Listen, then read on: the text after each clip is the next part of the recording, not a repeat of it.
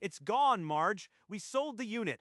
Margaret felt the floor tilt. That morning, she'd been sitting with a box of her mother's letters, her handwriting still looping across the envelopes. Carol already pulled the jewelry and the silver. You just weren't there. You had no right. He laughed, a short, dry sound, and hung up. She grabbed her keys and drove to the storage facility, redialing twice. No answer. Unit 147 was rolled open. Inside, bare concrete, no china cabinet, no boxes of quilted fabric, no Christmas ornaments. Oh, Margaret, you should have seen your face when you got the call. We've been through everything already. It's just storage. Stop being dramatic. They pulled away, taillights cutting through the first drops of rain, and left Margaret standing alone before the empty unit, the auction numbers still taped to the doorframe. 6 weeks earlier, Eleanor Reeves's children had sat in a lawyer's office while her last will was read aloud. I leave my estate equally to my 3 children, except the contents of storage unit 147, which I entrust to Margaret alone. I need time. Mom's china, her letters, they're in that unit. I can't just dump it all. Weeks? Meanwhile, the rent keeps bleeding. We're not funding your grief project. She's always been the favorite. Not anymore. We handle this the smart way. After the meeting, Carol and Stephen lingered in the parking garage, their voices barely above a whisper. She'll sift through every box for months. I say we auction the unit before she knows what's happening. I know an auctioneer. He owes me. We can clear it next week. No listing, just a quick hammer. Make the call tonight. Margaret doesn't find out until it's empty. By 9 that night, the auction was set for Wednesday. The unit would be sold before Margaret ever got inside. The roller door was open, stacks of boxes visible. The auctioneer started the bid at $20. Margaret ran from her car. She pushed through the crowd. Hearing numbers rise, the gavel cracked. Sold to bidder 27. A man in a canvas jacket stepped forward. He held paddle 27. David Chen, a regular at storage auctions, had no idea what he'd just purchased. Stop. Those are my mother's belongings. I'll pay you double. Sorry, lady. A sale's a sale. He turned away and loaded boxes. Margaret saw her mother's quilt draped over the tailgate. She took a photo of his license plate as his truck merged into traffic. Later, zooming in, the plate was a white blur, almost useless. She was left with a blurry photo and the cold knowledge that her siblings had planned this humiliation. The weight of betrayal pressed on her chest. The next morning, Margaret called the auction house. The manager was polite but firm. Please, it's my mother's things. Can you give me the buyer's contact? The answer was the same every time. No, sorry, not without a subpoena. She searched online for David Chen's storage auction, but found nothing. Days blurred. She called every David Chen in the county. None matched. I'll never see any of it again. She held her mother's photograph, the one from her 60th birthday, and pressed it to her chest. Mom, I'm so sorry. I let them take everything. Next morning, she folded the auction notice with Unit 147 and tucked it into the kitchen drawer beneath old takeout menus. She closed the drawer. The house felt quieter than it had in weeks. A week later, her phone lit up with a number she didn't recognize. A local area code she'd dialed a dozen times before. Is this Margaret Reeves? My name is David Chen.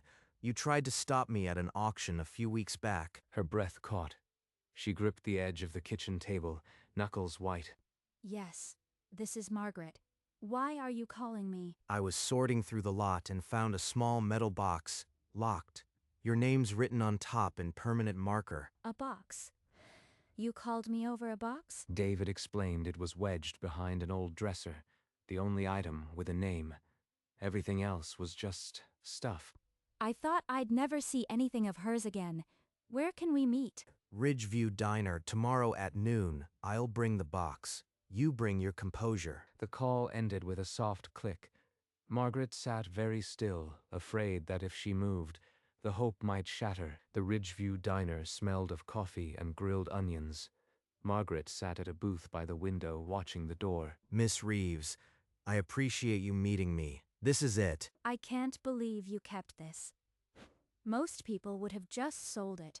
I run a storage auction business. It's good policy to return personal items when you can. You have no idea what this means to me. My mother, she packed this herself. There's a letter, too, tucked inside the box when I found it. I didn't open it. It's locked. Did you find a key? No key. If it's important, the answer's probably in that letter. I'll give you the room. David slid out of the booth and walked to the counter, leaving her alone with the box. What did she hide from them? She drove home, the box on the seat. Alone at her kitchen table, she unfolded the letter. My darling Margaret, if you are reading this, I am gone, and the vultures are circling. I never trusted your brother and sister. With my final wishes, I hid the real will in a safe deposit box at First Mercantile. The key is taped inside the metal box. Tears dripped onto the paper. She wiped them with the back of her hand. She turned the box and peeled back yellowed tape. A small brass key dropped onto the table. The key she'd searched for was here all along. Her mother had known what her other children would do. She clutched the key until its teeth left marks in her palm. The real will, hidden in the one place they were so eager to destroy. But she still didn't know what the will actually said, or what it might demand of her. The next morning, Margaret walked into First Mercantile with the key in her coat pocket. A bank officer led her to the safe deposit box vault, rows of polished metal doors on either side. She slid the key into box 307. The lock turned with a precise click. Inside lay a sealed envelope with her name, and beneath it, thick stacks of savings bonds. Her hands trembled as she unfolded a handwritten will, dated 6 months after the one read in the lawyer's office. She recognized her mother's handwriting immediately, the elegant loops, the slightly slanted E. Everything, the house, the accounts, all of it. She left it to me. Beneath the will, savings bonds in neat bundles. She counted them slowly, each one a quiet act of defiance. Over $200,000. And Carol and Stephen never knew. She left the bank with the will and bonds in a plain folder. Her mother's secret was now hers to protect. She called her family's attorney from the bank parking lot. An hour later, she sat in a familiar office with the folder on her lap. The lawyer examined the will under a magnifying glass, comparing the signature to Eleanor's known documents. The will bore 2 witness signatures and a notary stamp, all properly dated. The lawyer said it was likely to supersede the earlier one, but filing it would mean war. What if I don't file? What if I just keep it quiet? The lawyer's answer was blunt. Then the other will would stand, and her siblings would get everything except the storage contents. Margaret thought of her mother's letter, the words, "The vultures are circling." Her grip tightened on the folder. File it. I won't let them erase her last decision. The lawyer instructed her paralegal to prepare the probate submission. The new will was now in the system. Margaret walked out knowing the fragile piece was broken. There was no taking it back. The probate court mailed the notice. Within an hour, Carol's first text arrived. "You forged it, didn't you? You think you can steal what's ours?" The will is real, Carol. I am just doing what Mom wanted. Stephen joined in through their attorney, threatening to contest on multiple grounds. They hired a litigator known for breaking wills. A letter arrived questioning Eleanor's capacity and accusing Margaret of undue influence. "Get yourself a good lawyer, Margaret. We'll see you in court." They have no idea what Mom really left. Or why. She stared at the letter, accusing her of forgery. Then at her mother's photograph. She'd faced their spite before. Now she'd done what her mother wanted. She was ready for the fight, no matter how long it took. The siblings' lawyer filed an urgent motion questioning the authenticity of the new will. He demanded a forensic handwriting comparison. Margaret's lawyer advised her to agree. A forensic confirmation would strip the forgery claim of any credibility. This was a gamble. The entire inheritance hinged on one expert's report. Both sides agreed on a retired FBI document examiner. The court ordered the original will and comparison samples delivered.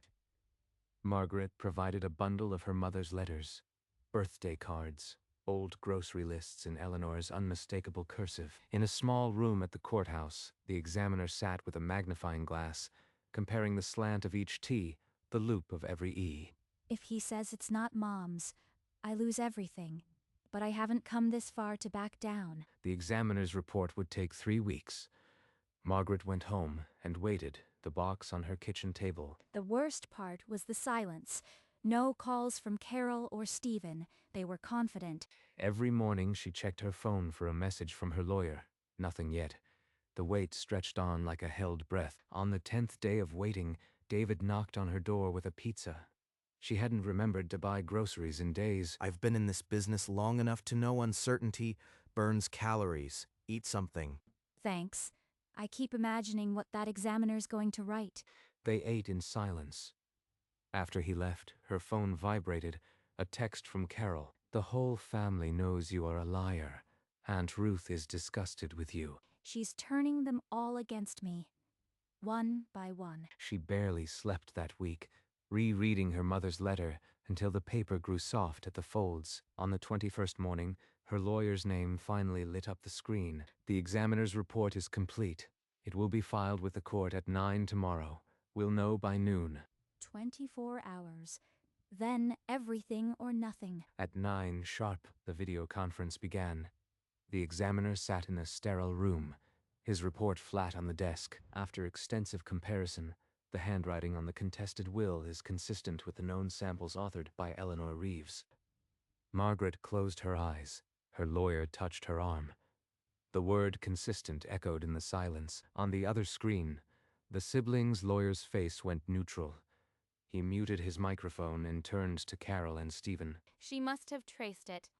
That's not my mother's writing. It's a forgery. It's over, Carol! The expert report is unassailable. We need to settle before we lose everything. Margaret's lawyer relayed the offer. They would drop the contest if she agreed to split the estate, equal shares. Number. Mom's will stands exactly as she wrote it. I won't bargain away her last decision. A text from Carol lit up her phone.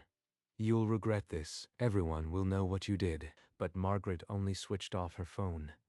The probate hearing was now inevitable. That evening, Margaret sat in her living room with the letter. She'd read it so many times the folds were beginning to tear. This box was her insurance. Empty now, but it carried everything she wanted me to find.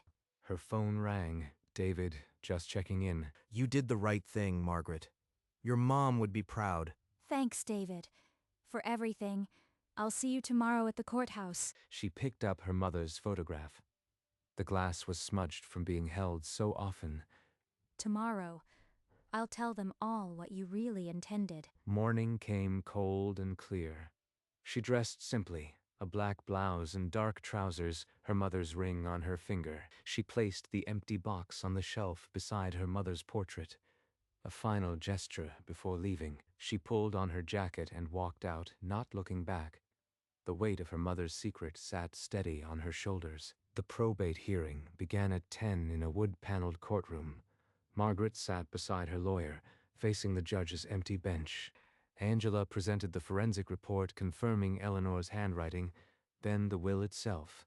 The siblings' lawyer offered nothing. The judge's voice cut through the silence.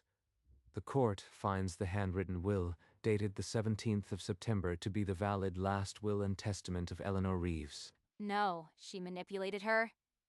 Mom was confused. This is a travesty. Carol's sobs echoed off the walls. Her lawyer grabbed her arm, but she kept shouting until security moved toward her. This is a disgrace. You'll hear from us. Stephen stormed out, slamming the heavy oak doors so hard the hinges rattled. Margaret exhaled. The sound was quiet but filled the space. Angela covered her hand with her own. It's done.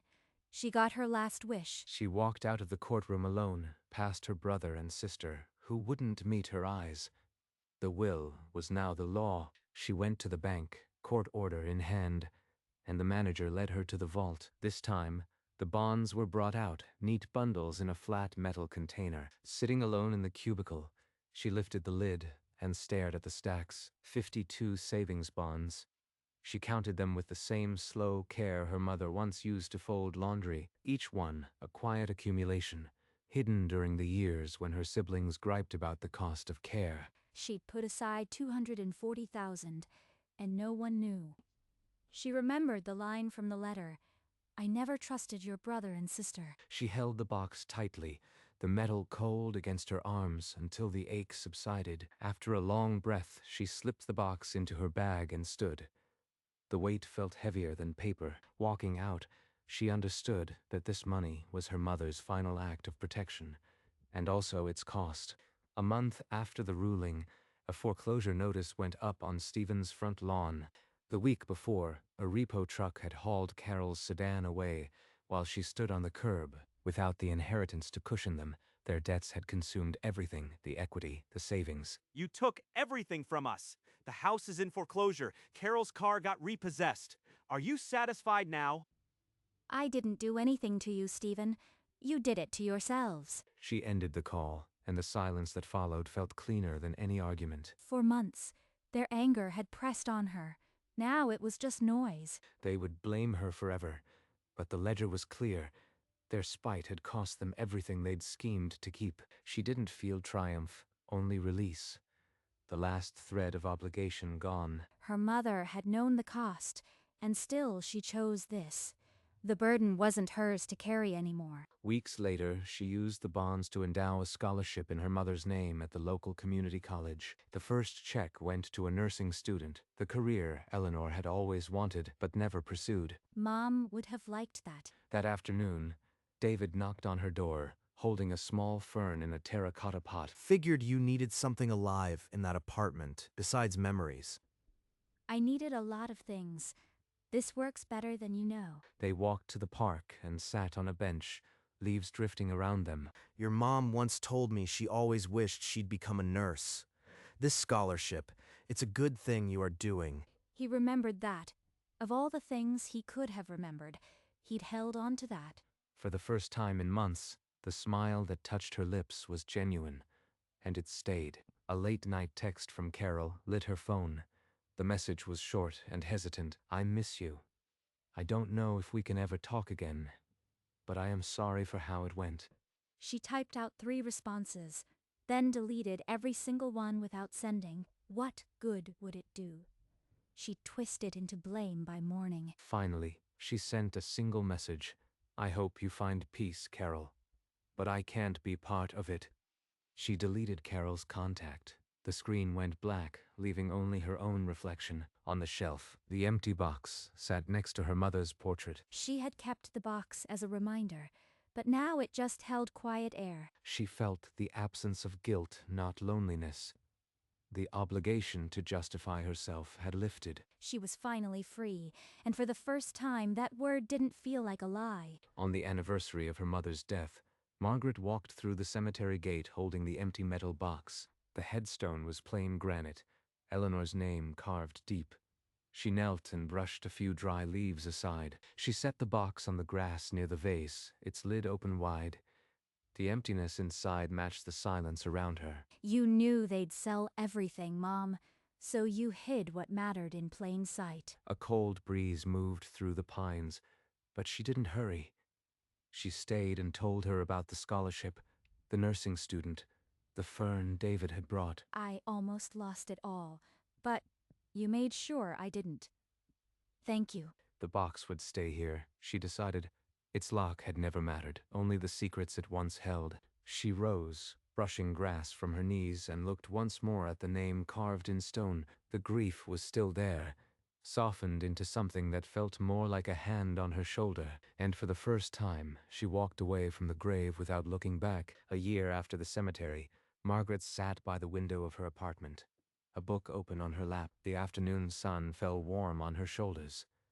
The week had been quiet. On the shelf behind her, the empty metal box rested beside Eleanor's photograph. She'd left the real box at the grave. This one was just for remembering. The box held nothing now.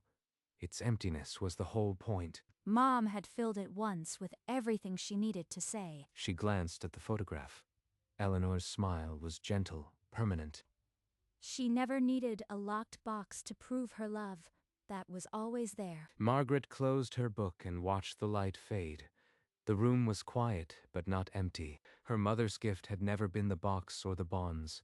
It was the quiet planning that kept her safe. Long after she was gone, the locked box was empty now, but the truth it had carried had redrawn the map of her family. Eleanor Reeves had hidden her final wishes in the one place her other children were too blind to see. Margaret would sometimes sit and trace her mother's handwriting, preserved in the letter she kept in a drawer. The box had no lock anymore.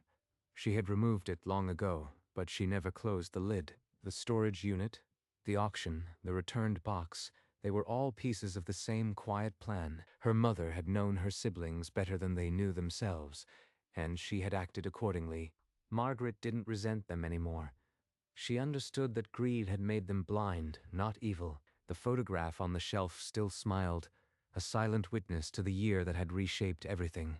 She closed her eyes and let the afternoon light warm her face, carrying the weight of a promise kept. The storage unit had been just another metal box. It held the legacy her mother wanted her to find.